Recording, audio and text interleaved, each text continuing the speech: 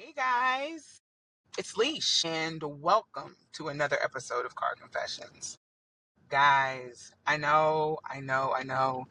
It has been a minute, and I have to apologize. Like, this year has been the year of trying to make sense of a lot of things. The past few weeks have been busy for me. My daughter graduated, I had family in town. I've been just trying to make all these things work. And unfortunately, the podcast had to suffer, but I'm back and I'll be back with a Monday episode as well this week. Or next week, so have no fear. But yeah, how are you all doing? What's happening? Hopefully you're doing well. I am great because we are officially done with school. Kinda. I still have to do a few things, finish up in the next few weeks, but overall, I am so happy that school is basically over. How are you all doing? What's happening with you? Hopefully you're doing well. I mean, where do we even begin? Because I feel like since the last time we spoke, there's been so many things that have taken place. And I don't even think there's even a point to kind of recap. I mean, because you're living through it just like I'm living through it. But what I will say is that, so far, I am still in a good place mentally with all the things that are going on. And I hope you are as well. And if anything, I would just encourage you all, if you are feeling so much overwhelm, and it's understandable. If the overwhelm is real, I completely get it and understand if you are feeling that way. But I encourage you to take time to get away from all this stuff. Turn the TV off, get out into nature, do something that would, bring you some joy. Because I feel, and I've said this several times, a lot of this front loading of all this crazy stuff is by design to keep us kind of stuck. Because it's okay, where do we go? How do we navigate this situation? Oh, something else is happening. So it's constantly keeping you in this spiral of what the hell, right? So yeah, I just encourage everyone to do things that they enjoy and not worry about all this stuff. And I know it's easier said than done, but in order for us to be able to, you know, resist all of this stuff, that is an act of resistance, is by enjoying your life and not allowing all this stuff that's happening around us to truly consume us, you know? Because honestly, at the end of the day, sorry guys, I was looking at this thing over here. There's a lot of graduations happening, so it's really cool to see. That's one cool thing about New York. You just see so many different things happening all at the same time. It's people just have their own things going on. It's so cool. But anyway, I digress. I was gonna say, I feel like when it comes to these world leaders, and I'm pretty sure I said this as well, I feel like in many ways they, in their minds, are, which is unfortunate, they are their child self, right?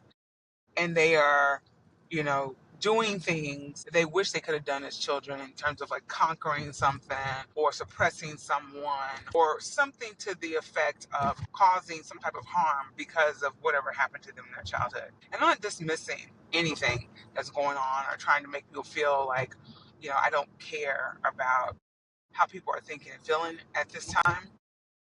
But I really feel like they're playing some type of game of Battleship, right? I mean, if you know, you know about Battleship. That's totally aging myself, but whatever. But for those who may not know it, because I don't want you to be like, what the hell's Battleship? And I just keep going. Battleship was a game back in the day. And maybe they still have this for kids. I hope they don't. Seriously. But it's a game where you're in battle. And eventually, as the war goes on, someone's going to sink your battleship, right? And I think, at least in my mind, I feel like these leaders feel like that's what's going on, and it's a game. It's just a game to them. There's idea that humanity is involved in this is not even. I wouldn't say it's not even on their register or radar. I think it's a thing of the people that are involved that can be directly targeted or hurt in the situation don't register in their brain as human, and so it's a thing of well, I mean, like the woman said, who was that congresswoman? Or not, I don't know if she was a congresswoman. I can't remember. There's so many things that's going on. But she was some type of representative of, I can't think of the state. But she basically said to her constituents, she was at a meeting, a town hall with them. And she was like, well, I mean, people die. I mean, it's just a part of the process, right? And it's And you're right, people do die, but people aren't out here looking to prematurely die because of all of these egos in government and all across the world. Like, right? That's fine that you feel that way, and we all know that at some point, we're going to head on to glory, whatever. But I don't need you giving me the green light to go to glory. I would like to do that in the time that I am allotted to be on this earth, and not you taking me out because of, like I said, some type of egotistical ideology you have in your head, and you want to prove a point to somebody who it is I don't know. You know what I'm saying? Like, it's wild to me. It's wild that if we live in a democracy, which we have realized, and folks have been saying, especially black people have been saying this forever, that this is not a democracy. Full on apartheid, some type of dictatorship situation. We're for sure in a dictatorship at this point. There's no ifs, ands, or buts about it. To say that we have ever been a true democracy is false, right? And I'm glad more people are waking up to this, because it's really kind of putting a damper on these leaders' plans. I feel like a lot of them thought, especially with this whole Project 2025 shit, I think they thought that it was just going to go seamless and people weren't going to make a ruckus about it and really question, what was really going on. And also, I think as it relates to this too, and this is just my thoughts and feelings, this is Leesh Car Confessions, but I think too, with that, a lot of the plans that they thought were going to work out are not working out, because unfortunately we have someone who has no issue with going rogue in the White House. Like, this man is completely insane. Completely. And he's willing to put everything on the line for his ego. Does not care about the country in any way, shape, or form. And I don't understand how people in this whole MAGA movement believe that at all. Because can't you see beyond your racism? Like, just take the racism mask off, because that's a lot of what it is, Take that mask off and look at yourself, look at your surroundings. Because a lot of these people, and this is no shade, this is just truth. A lot of these people financially are in the pits, right? They are struggling. They don't feel like they have a voice. They're just barely, and I mean, probably not even making ends meet, many of them.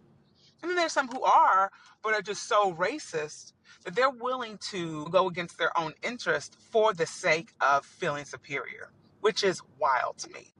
I mean, it's just wild. But even still, it's like, look at your situation right now. And has anything really enhanced in your life besides you getting your ego boosted and you're being lied to by this fool in the office? Like, has anything else changed in your life drastically, where you feel like financially you're on top, you're winning at this, whole situation as it relates to you, having more money, feeling more secure in this country? I'm pretty sure you'd say no. And if you'd say yes, I would question the delusion, because there's no way possible. And if there's a way, listen, let me know. But I don't understand how you could possibly be in a position at this point in time where you feel financially secure, safe in this country, and like our government is working for us.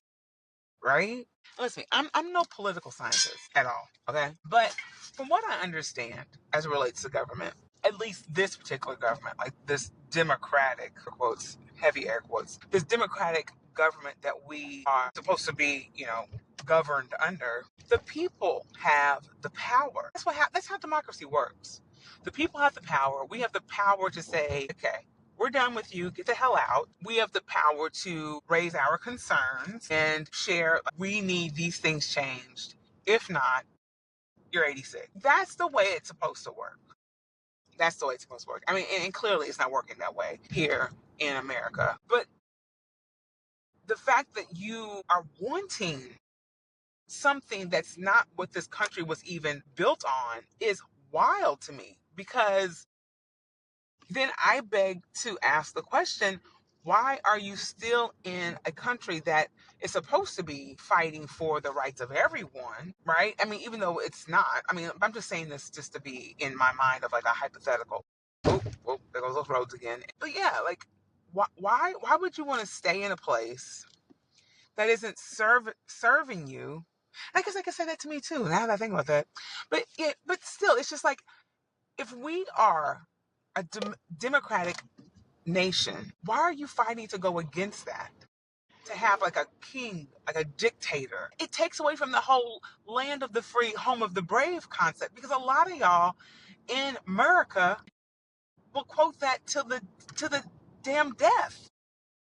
And I'm like, this is not the land of the free, home of the brave, if we are going to continue on this trajectory that we're on now. This is full on dictatorship, some type of tyrant nonsense that's happening right now. This is not freedom. Like, there's nothing free about this. This is freedom for those who feel like they deserve freedom, right?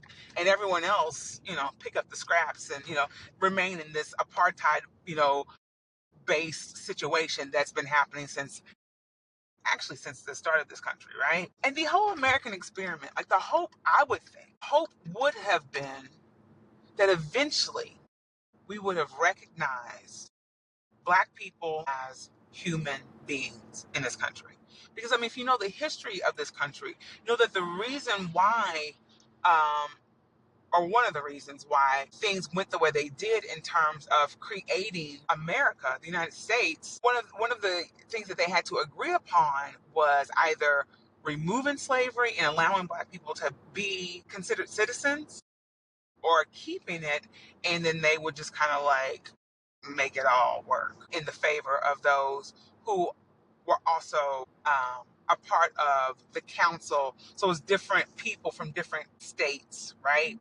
If I'm saying this wrong, let me know. But from what I remember based off history, if we're talking about the 13 colonies, those colonies were the ones that agreed upon creating this whole different country outside of, you know, being governed by England. And in order for all 13 colonies to come to an agreement on that, they had, obviously, slavery was on the table. That was a huge thing at that time. Are we going to continue this? If we're going to be a free country, these people that we have enslaved, are we going to allow them to be a part of this experiment and actually be able to vote, be able to live free and all these things? And unfortunately, that was not the case, right? Because there were some of the colonies that felt like, I need my slaves. Like, I still have to live my best life. And I can't do that cooking for myself, cleaning for myself, maintaining my home, working my land. Like, I am too, in their minds, right? I'm too fabulous for this shit. And so because of that, slavery continued. And they don't want to talk about those things. But that, from what I remember, that was one of the main things that kept slavery intact, and for the 13 colonies to then progress to eventually be what we now know as the United States of America. And even beyond that, like, we're thinking about the 1863, 1865 reckoning around slavery. If those things would have actually been, if the people who were enslaving Black people at that time, if they would have been handled in a way of like, listen, we're done with this shit, and anybody else who has this, mentality of white supremacy, we're done. And if you're caught, some type of like criminal charges, like something should have been done. But the thing is, no one wanted to address it. It was just like, oh, no more slavery ish. We'll just kind of keep the other shit we're doing, behind the curtain, and we'll let these folks feel like they're free, even though there's Jim Crow, there's all these things that happen after that, redlining, like you name it, it was a thing, right? And it's still a thing. And I say all this to say, this whole idea of this American experiment, right? It could have been a great one. It could have been a great experiment. It could have been probably one of the best things this world had ever seen, because it would have allowed people to say and see that, hey, regardless of how this place started, they turned it around for the betterment of everybody involved, everyone that lived in that country. What a cool place America is. What a humane place America is, right? Because we actually changed how we began. We looked at the inhumane ways that we started this country. And we provided reparations to the black people, right? Or the people that were in slavery and their ancestors. We allowed these people to obtain wealth in the ways that other white people have obtained wealth and land and all the things. We turned it around. But no, these fools did not want to do that. Not only did they not do that, they killed off so many different black communities all around this country. And to me, this is just Leash. I feel like a lot of the angst and a lot of the issues that are taking place in this country are due to that. And then it just then spirals out of control and goes beyond our borders. And we see the maltreatment of folks in Palestine, in the Congo, in Sudan, right? Like none of this stuff is isolated. It's all connected. All the shit's connected. And in many ways, even down to the Holocaust, all these things were experiments to see how far these evil assholes could go in trying to obtain their actual power. And I'll say this before I head off because I'm home now. My heart goes out to my Jewish brothers and sisters that are not Zionist. This Zionist movement has put such a bad name on the Jewish people and the faith and everything. And I'm constantly calling people out on this too because I'm like, listen, Zionism is different than Judaism. Zionism is a satanic belief and ideology that was constructed by way of trying to maintain supremacy on basically a global scale. Let's just keep it real. Like that's where it is. This had nothing to do with Jewish people being safe and them having a state that would honor them to be safe. Because let's think about it. Let's really think about this. If it were really about Israel being this safe haven for Jewish people, half of the shit that's happening over there would not be happening. There's nothing safe about what's happening. There's nothing safe about it. And like I said, my heart goes out to my Jewish brothers and sisters all across the globe that are not conforming and, upholding Zionism. I love to see them speaking out about it because they're like, listen, this ain't me. And I bring that back full circle to the white people in this country, in America, and around the globe too, that are finally standing up. And I mean, listen, we're at the brink, right? Could this shit have been done earlier? Of course. But for the white people, and even some of the people who aren't white, who have laid down their white supremacy ideologies, thank you. And I say continue to do just that. Because here's the thing, white supremacy has nothing to do with skin color. It's all about a mentality and how you operate in this system that we call, the world, America, whatever you want to think of it as. It's how this systemic programming, because that's what it is, has affected all of us. And I will gladly tell you that I was at one point a part of the problem as a black person. And that's the thing I think people have to realize. It's like, it has nothing to do with this skin color. It has everything to do with this mentality, I should say. If you are in a space where you are upholding white supremacy, whether it's through Zionism, the racist rhetoric that we see just happening all across the globe, you are a part of the problem. And this is not to be like, shame on you type of thing. It's like, get your mind right, change what you're doing, because at the end of the day, it's going to be you as well if it's not already. This stuff is not working. It has not been working. Because if it was ever working, if all this stuff was really supposed to be working the way it's supposed to, or whatever that means, this whole idea of war, it just would not even be a thing in my mind. Nothing about war works. All it does is it causes more war, right? At what point are we not just going to sit down and say, you know what, this whole war thing, this is crazy, guys. Like, what are we doing? Like, this is ridiculous. People are getting killed. You know, generations of people are lost, right? family names. There's some people in Palestine, their whole lineage gone.